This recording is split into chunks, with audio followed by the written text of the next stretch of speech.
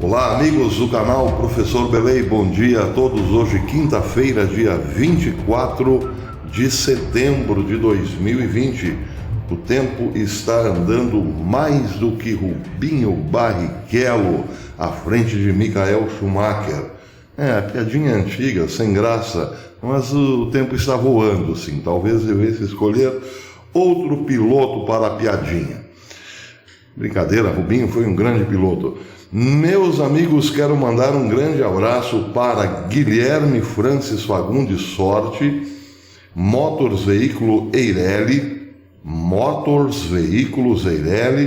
e Taiki Greidanos. Um grande abraço a vocês, amigos.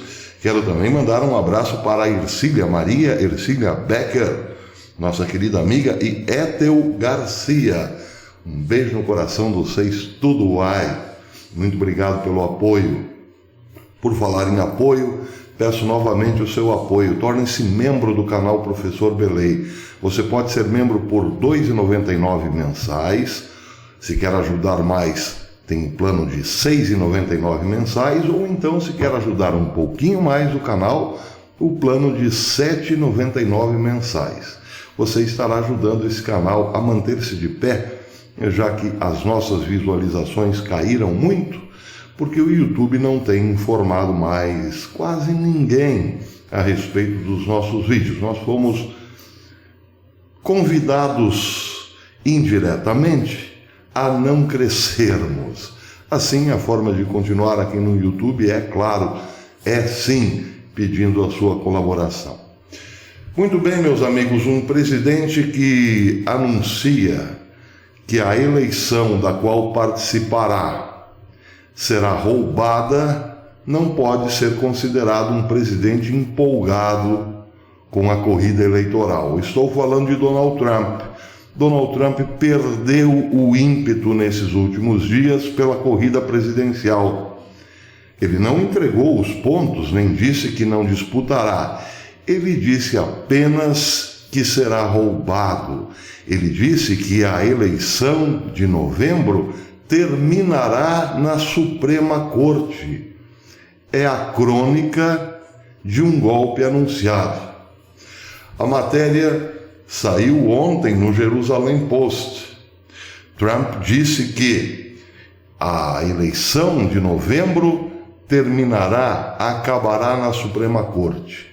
Ele deu ênfase também ao fato de que precisa indicar um juiz, o 9º juiz, para o Supremo urgentemente, porque será de suma importância um Supremo composto por 9 juízes quando a bagunça do pós-eleição começar. A matéria diz o seguinte: o presidente Donald Trump falou na quarta-feira que acredita que a eleição de 2020 terminará na Suprema Corte dos Estados Unidos e acrescentou que é por isso que é importante ter novos juízes. A fala de Trump aconteceu na Casa Branca após um evento e disse que a senadora republicana Lindsey Graham, que preside o Comitê Judiciário do Senado, nem mesmo teria que realizar uma audiência para a nomeação do seu indicado à Suprema Corte e que o processo deveria andar rapidamente, principalmente agora por conta da proximidade das eleições. Trump disse que quando questionado se um conjunto completo de juízes é necessário para lidar com qualquer desafio à eleição de novembro, entre ele e o democrata, ele lançou dúvidas, ficou em dúvidas sobre a integridade da eleição, dizendo que o uso da votação pelo correio, por conta do coronavírus, levará a eleição a uma grande fraude. Aliás, ele não disse fraude, ele usou o termo golpe. Ele disse: será dado um golpe. Um golpe será levantado, este golpe será levado ao Supremo Tribunal dos Estados Unidos. E acho que ter uma situação de 8 juízes, 4 juízes mais conservadores e outros mais liberais, não é uma boa situação, acrescentou o presidente. As nomeações para a Suprema Corte exigem confirmação do Senado e os colegas republicanos de Trump detêm no Senado 53 dos 100 assentos na Câmara. E já o senador Mitch McConnell, o líder da maioria no Senado, disse que pretende agir rapidamente em qualquer indicação que Trump fizer, o que é uma boa. A Suprema Corte Americana é composta por 9 juízes.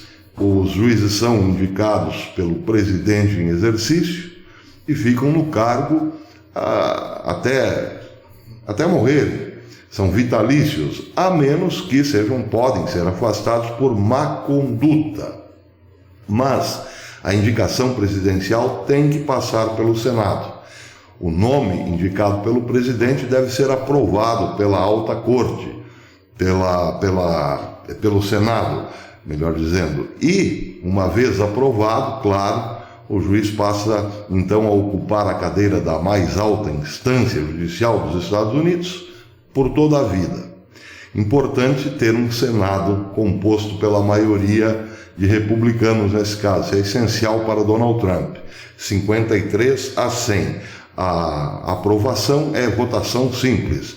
50% mais um da carta branca autoriza o indicado do presidente, então, a assumir a cadeira. Vejam, faço questão de frisar esse ponto, a importância de ter um legislativo forte, um legislativo como base para o executivo. Aí as coisas andam. Bem, a questão agora para os analistas da política norte-americana é saber até que ponto isso é confortável para Donald Trump. Existem vários problemas aí. Entre eles, o fato de que não é exatamente certo que os 5 juízes que votarão, que trabalharão a questão eleitoral, se ela for levada à Suprema Corte, são de fato conservadores, pró-Trump ou pró-republicanos. Existe uma certa dúvida e um certo temor.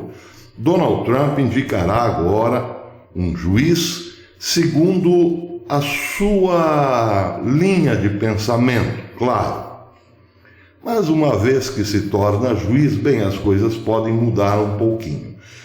A dúvida na Casa Branca é se poderá realmente contar com 5 votos a favor quando o processo eleitoral for levado para a Suprema Corte. Mas esse é só um problema. Outro gravíssimo problema que enfrenta Trump neste momento é o conjunto da política externa e da interna. A política interna norte-americana hoje está esfacelada, não existe diálogo entre democratas e republicanos. A política foi levada pelos democratas para o patamar da histeria. Os democratas não trabalham mais com a razão, apenas com a emoção. Eles acreditam que Trump é o demônio, ou pelo menos fazem o povo acreditar que Trump é o demônio, e o povo que se deixou contaminar por esta emoção, na base da emoção, fará de tudo cegamente para derrubá-lo. Portanto, trata-se de uma jihad, uma guerra santa, por assim dizer, por parte dos democratas. E tudo isso é alimentado com as políticas dos governadores democratas. O caso de Nova York, por exemplo, é bastante sintomático. A cidade de Nova York, por exemplo, tem um prefeito, e eu me refiro a um prefeito, mas os governadores também seguem a mesma linha, que está fazendo de tudo para criar o caos. De tudo, desde o início da pandemia. A última que se sabe do senhor de Blasio é que ele pegou mais de 700 mendigos, moradores de rua, deficientes mentais, gente com problema mental, usuários de drogas pesadas como crack, por exemplo, viciados em heroína, alcoólicos e assim por diante, e colocou-os em hotéis em bairros residenciais outrora pacíficos, sob o argumento de que essa gente deveria ser bem tratada durante a pandemia para que o problema não se alastrasse. Acontece que hotel não é lugar para cuidar de possíveis pacientes, principalmente um povo mais problemático. Existe uma rede assistencial de saúde que poderia cuidar muito melhor deste contingente, mas o contingente foi usado politicamente para desestabilizar a vida em certos bairros residenciais de Nova York. Tudo isso para gerar, sim, temor, caos, irritação, mais violência, porque é a forma que os democratas estão levando a política. Eles querem uma ruptura social. Até as eleições, as coisas devem se complicar bastante nesse sentido. O outro problema de Donald Trump é a política externa. Muitos pontos ficaram no armário, por assim dizer, desde o ano passado. Estão em stand-by, como, por exemplo, a questão do Irã, a questão de Cuba, a questão da Venezuela, o problema da Coreia do Norte, a guerra comercial com a China e agora, mais recentemente, o problema da Bielorrússia. Ontem o governo americano disse que não reconhece o novo presidente da Bielorrússia, não reconhece como um presidente legítimo. Também, sem falar, claro, no velho problema com a Rússia e agora, mais recentemente, problemas com a Turquia. Na Europa, problemas de Donald Trump com França e Alemanha. Bem, esses são problemas que deveriam, os analistas dizem, deverão ser tratados num próximo mandato. Donald Trump teria pela frente desafios enormes na geopolítica já a partir de janeiro e teria que usar todo o seu poder para resolver pelo menos a metade desses problemas. Trump precisa resolver urgentemente o problema da Venezuela, precisa resolver urgentemente o problema do Irã, mas isso só com um novo mandato, porque não há o que fazer nesses últimos dias para não atrapalhar ou por conta das eleições. Mas é aí que entra o grande ponto de interrogação. E se de repente Donald Trump resolvesse mudar essa estratégia? Um sintoma de que é possível que Donald Trump deixe as eleições para lá e passe a tratar esses problemas é o fato de ele não ter injetado dinheiro novo ou estímulo na economia nesse segundo semestre. Era de se esperar. Um presidente em campanha não quer, tudo que um presidente em campanha não quer é que na reta final ou nos meses que antecedem a eleição, a economia despenque.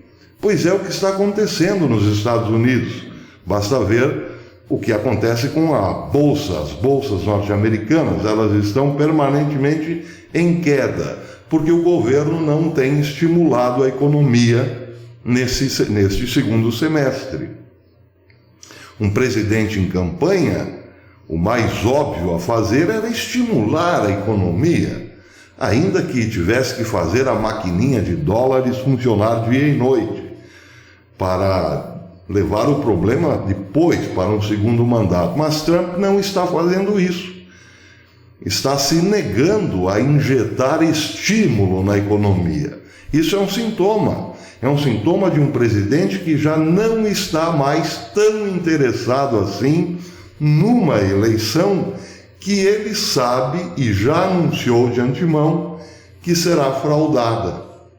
E é aí que os analistas começam a se preocupar. Bom, se Trump está deixando uma eleição que ele considera que será um golpe, que será fraudada de lado, é porque ele pode, eventualmente, se concentrar profundamente, desde já nos gravíssimos problemas, tanto dentro dos Estados Unidos quanto fora, na geopolítica. Não é por acaso, ou talvez não é à toa, que o secretário de Estado norte-americano, Mike Pompeo, esteve aqui no Brasil, pertinho, olhando para o lado venezuelano. É possível até mesmo que os Estados Unidos provoquem uma interferência dentro do país de Nicolás Maduro. Já não se preocupando com as eleições, Trump estaria de mãos livres para praticar uma política bem mais agressiva do que tem feito até agora.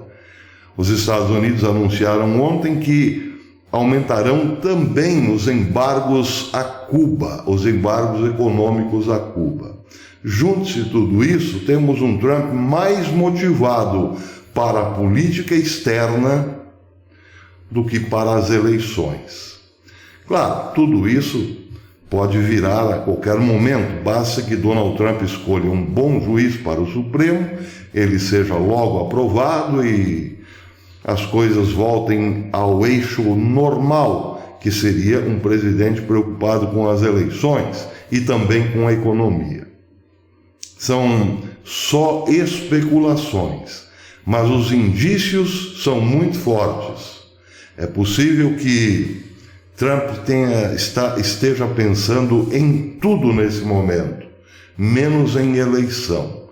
Pode ser, eu estou falando em termos especulativos, que os Estados Unidos ou o mundo entrem numa grande guerra antes das tais eleições. Pode ser, é só especulação.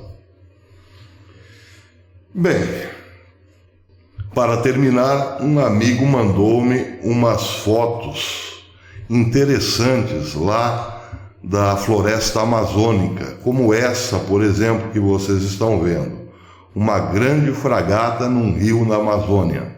Eu ainda vou investigar melhor esta informação que recebi, mas o amigo diz o seguinte: professor, eles estão usando equipamentos pesados de guerra para combater garimpeiros. É isso mesmo? Eu não sei, mas eu duvido muito que uma fragata deste porte que vocês viram foi acionada pelas Forças Armadas para investigar garimpeiros. É muita coincidência as fragatas começarem a andar para lá e para cá nos rios amazonenses, justamente quando Mike Pompeo, melhor dizendo, esteve por aqui. Pode ser também que as nossas Forças Armadas estejam em alerta. Em alerta, é possível, sim, que tudo isso tenha a ver com uma mudança na política norte-americana. Basta ver quem conhece, por exemplo, o perfil do general Mioto no Twitter, ou então o Comando Sul no Twitter, verá que existe forte movimentação das Forças Armadas no Brasil já há alguns meses. Mudança de tropas, movimentação de tropas, de blindados, exercícios de guerra e assim por diante estão sendo realizados aqui no sul do país já há um bom tempo. E lá no norte, muita movimentação de barcos, fragatas e assim por diante. Sinais, são só sinais. Muito bem, por enquanto é isso. À noite nós voltamos no Brasil Agora. Hoje estaremos no Brasil Agora com Lucimar Neimer, aqui dessa bancada. Eu aguardo vocês. Até depois.